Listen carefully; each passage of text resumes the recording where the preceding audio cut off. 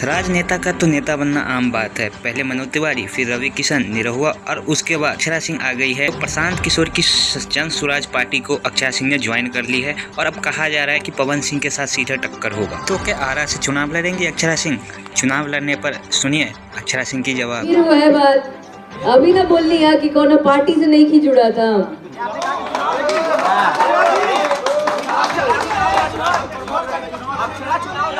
जी assurity तो कुछ भी नहीं है, आपकी भी नहीं है, हमारी भी नहीं है। कल क्या हो जाए वो पता है आपको? पॉलिटिशियन कैसे आप कह रहे हैं? मैंने आपको कहा कि मैं पार्टी से जुड़ी नहीं रही हूँ सर। एक कलाकार होने के नाते, बिहार की बेटी होने के नाते एक नई पहल करने जा रही हूँ।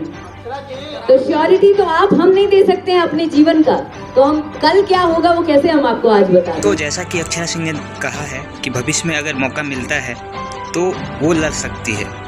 तो देखते हैं कि आगे टिकट मिलती है और अगर वो आरा से ही लड़ेंगी तो इसके बारे में आपको क्या सोचना है, क्योंकि आरा में लड़ने का मतलब है पवन सिंह और अक्षरा में जैसे पहले से भी टक्कर चल रहा है और फिर से चलेगा। तो आप लोगों को क्या कहना है कमेंट में हमें बता सकते हैं। मिलते हैं अगले वीडियो में, तब तक के लिए।